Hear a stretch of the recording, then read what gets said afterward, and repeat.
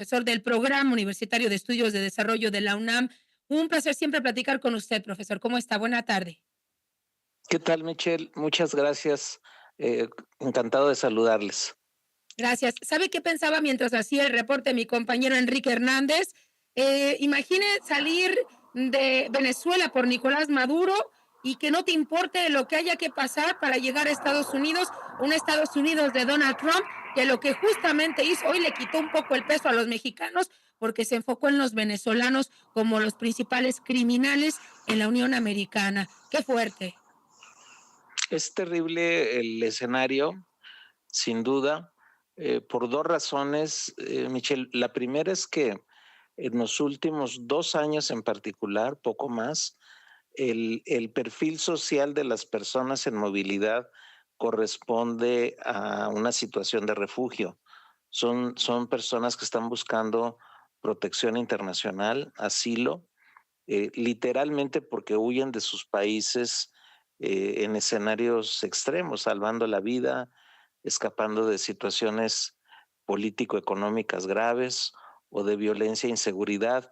En otras palabras, no es que esté enfrente el anzuelo del sueño americano, como se dice a veces, sino que está detrás la pesadilla de los lugares de origen, que es Ujú. muy grave y que por cierto compartimos en México, Michelle.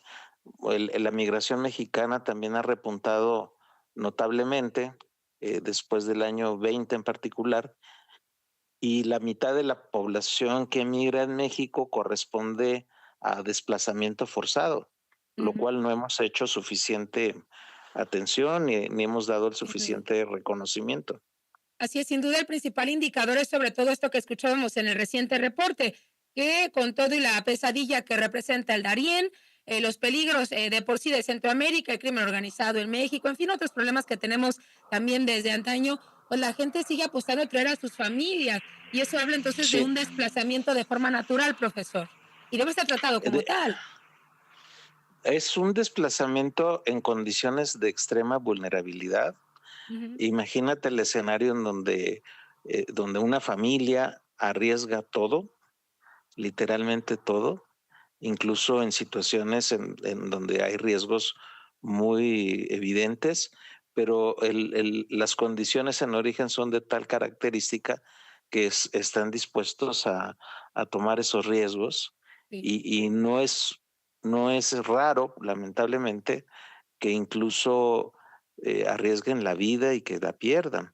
En los últimos 2 años también en especial, el número de muertes con mucho supera al de años anteriores.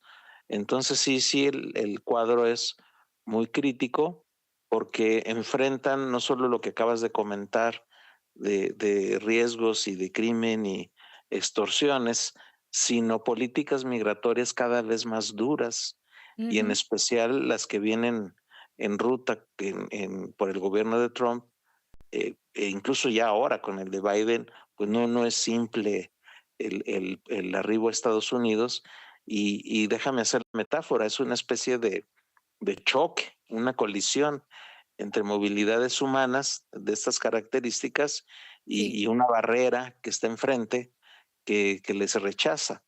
Entonces es así un es, choque nada metafórico, muy así es. crudo.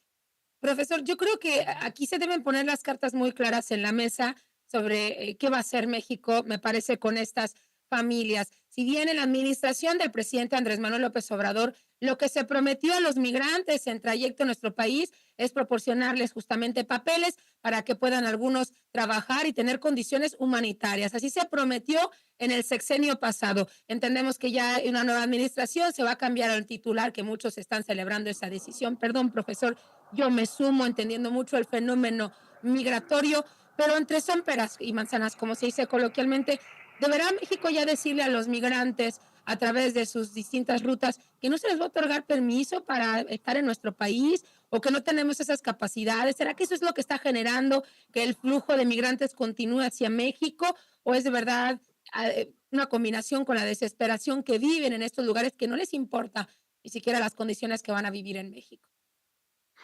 Es exactamente lo segundo, Michelle. Es tan grave los escenarios de origen que toman todos los riesgos. Y solo para que nos pongamos en contacto también con otras regiones del mundo, Ujú.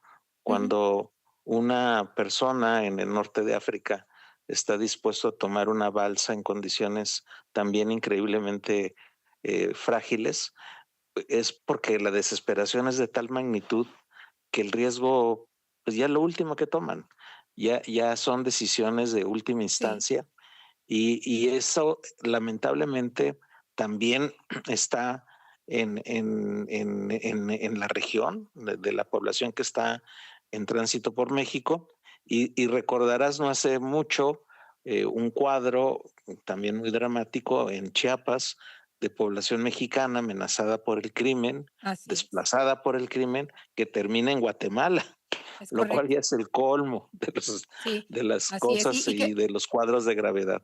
Así es, y que hemos visto incluso cómo autoridades de Guatemala han tenido que proteger a esta población para que el crimen organizado mexicano no cruce las fronteras y tome cartas en asuntos sobre estas personas o alguna especie de venganza por huir justamente de esta zona afectada por el crimen organizado. Profesor Tonatiu Guillén, como siempre, un placer platicar con usted, compartir estas ideas, escuchar su experiencia y espero nos lo permita hacer más adelante.